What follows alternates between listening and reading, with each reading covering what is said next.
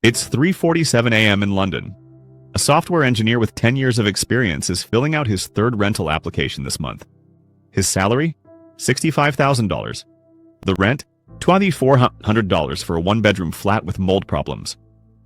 Meanwhile, in Bangkok, a developer earning the equivalent of $45,000 lives in a two-bedroom condo with a rooftop pool pays a third of the rent and saves half his income. This isn't an anomaly. This is the great reversal. And most people in the West have no idea it's happening. What you're about to see will challenge everything you believe about economic opportunity. Number 3 on this list will shock you. Not because it's exotic, but because it's already better than most Western capitals. And nobody's talking about it. Most people won't see this coming. They'll wake up in 5 years wondering why their currency collapsed and their purchasing power evaporated. If you value truth over comfort, hit that subscribe button. Join the 3% who see the future before it arrives. Let's begin. For 70 years, the narrative was clear. The West equals opportunity. Asia equals cheap manufacturing. We were told, study hard, get a degree, move to London, New York, Sydney, Toronto. That's where the real jobs are. An entire generation believed this. They took on $50,000 in student debt, moved to cities where a coffee costs $7, where rent consumes 60% of their income. But here's what they didn't tell you. Western wages have been stagnant for 25 years, while costs have exploded. And while the West was stagnating, Asia was building. Not just economically, systemically, the illusion is cracking.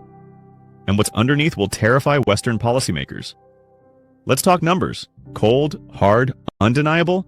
Average GDP growth in Western cities, 1.8% annually. Average GDP growth in top Asian cities, 6.4% annually. That's not a difference. That's a chasm. In Vancouver, the average home costs 13 times the median household income. In Singapore, a first-world Asian city, it's 4.7 times.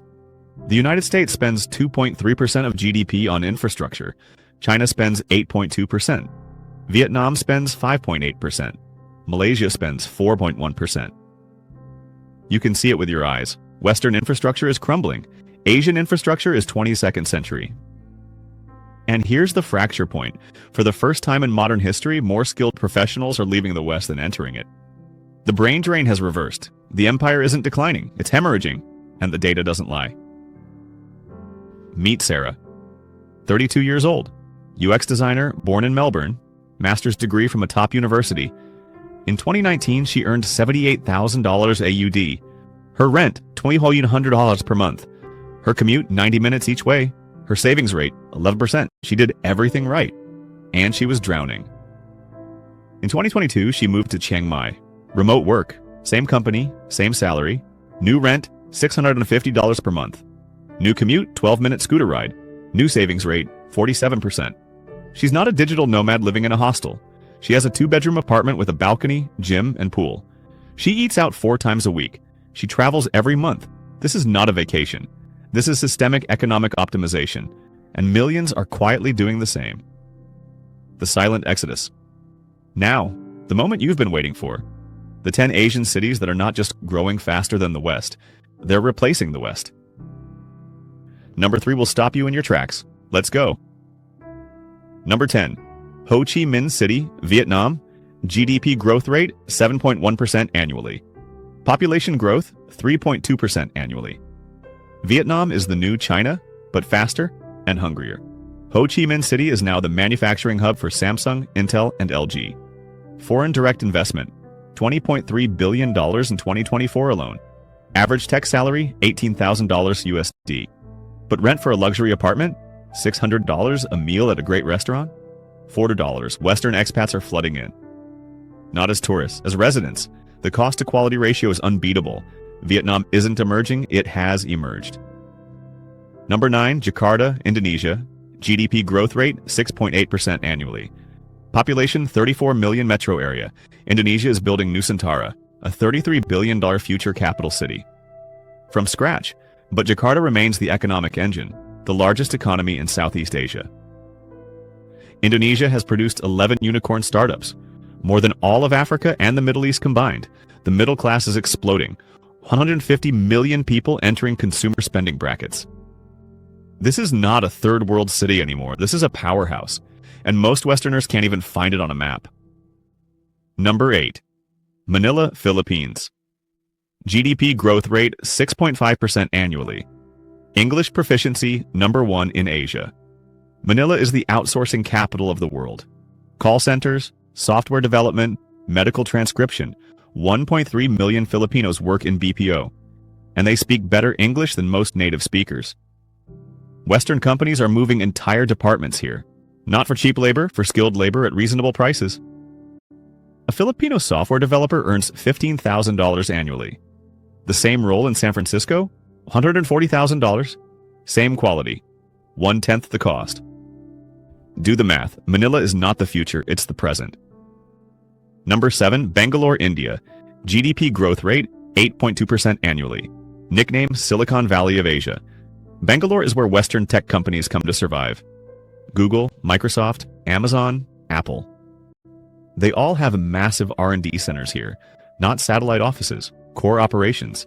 India produces 1.5 million engineers every year. Bangalore absorbs the top 10%. This is not the India of poverty documentaries. This is air-conditioned, connected, innovative. Bangalore's tech ecosystem raised $11.8 billion in venture capital in 2024. The city that used to serve Silicon Valley? It's now competing with it, and winning. Number 6. Bangkok, Thailand. GDP growth rate, 5.9% annually. Digital Nomad Visa, approved 2024. Bangkok is the lifestyle arbitrage capital. World-class healthcare at 20% of Western prices. A knee surgery in the US, $35,000. The same surgery in Bangkok, $7,000. Same quality. Western-trained surgeons. Thailand launched a 10-year digital nomad visa. Remote workers are flooding in. $800 rent gets you a luxury high-rise. $3 gets you Michelin-quality street food. Bangkok is not a vacation, it's a strategy. Live like royalty. Save like a minimalist. Retire in your 40s. This is the new playbook. Number 5. Seoul, South Korea. GDP growth rate, 4.7% annually. Global culture influence? Top 5. Seoul is proof that Asia doesn't just manufacture, it dominates culture. K-pop is a $10 billion industry. Korean cinema won the Oscar. Samsung outsells Apple in 120 countries. Internet speed, 145 MIEPs average. US average, 42 MIEPs. Seoul's startup ecosystem is valued at $47 billion. It's no longer Asian alternative, it's the standard. Western cities are trying to copy Seoul's model, but you can't copy decades of intentional systemic investment. Seoul didn't get lucky, it got strategic. Number 4. Dubai, UAE. GDP growth rate, 6.2% annually. Income tax, 0%. Dubai is not just a city, it's an economic weapon. It's the logistics hub connecting Asia, Europe, and Africa. No income tax, no capital gains tax. Property ownership for foreigners. 10-year golden visas for investors. Dubai built itself in 30 years. From desert to global center. Western governments tax their citizens into stagnation. Dubai offers them an exit, and millions are taking it. Number 3. Kuala Lumpur, Malaysia. GDP growth rate, 5.8% annually. MM2H visa, 10-year renewable residency. This is the one nobody sees coming. Kuala Lumpur is cheaper than Bangkok, cleaner than Jakarta, more diverse than Seoul. And it has something no other city on this list has. English as an official language. No visa runs. A 10-year residency path that costs less than a used car. A 3-bedroom condo in the city center, $900 a month. A meal at a mid-range restaurant, $5. A gym membership, $25 a month. But here's the shock. Kuala Lumpur has better infrastructure than most European capitals. Its metro system is cleaner than London's. Its hospitals are cheaper and better than those in the US. KL is Muslim majority but functionally secular. You can drink alcohol, wear what you want, practice any religion. It's Southeast Asia's best kept secret. And it's crushing Western cities in livability per dollar. If you're not looking at Malaysia, you're missing the biggest opportunity of the decade. Number 2. Shenzhen, China. GDP growth rate, 7.9% annually. Transformation. Time 40 years from fishing village to megacity. Shenzhen is what happens when a government says, build the future, no excuses, no delays. In 1980, it had 30,000 people. Today, 17.5 million. This is where DJI makes your drones. where Tencent built WeChat, where BYD is beating Tesla in EV sales. You can prototype a product in the morning and have 10,000 units manufactured by the weekend. That is Shenzhen speed. The West talks about innovation. Shenzhen manufactures it. At scale, at speed, at prices the West can't compete with. Shenzhen is not the future of manufacturing. It's the end of Western manufacturing dominance. Number 1. Singapore. GDP growth rate 4.1% annually, but GDP per capita $82,000 USD. Global ranking number 1 in ease of doing business. Singapore is not just growing, it has already arrived. In 1965, Singapore was poorer than Jamaica. Today it's richer than the United States per capita. The best airport in the world. For 12 years straight. The cleanest city in the world. The safest city in the world. Google's Asia HQ. Facebook's Asia HQ. Dyson's Global HQ. They didn't move here for cheap labor, they moved here because Singapore works. Zero corruption, rule of law, infrastructure that makes Tokyo look outdated. Corporate tax 17%. Personal income tax 0 to 22% versus 37 to 45% in the West. No capital gains tax. You keep what you earn. Singapore proves the entire Western model is a lie. You don't need 40% income tax for good public services.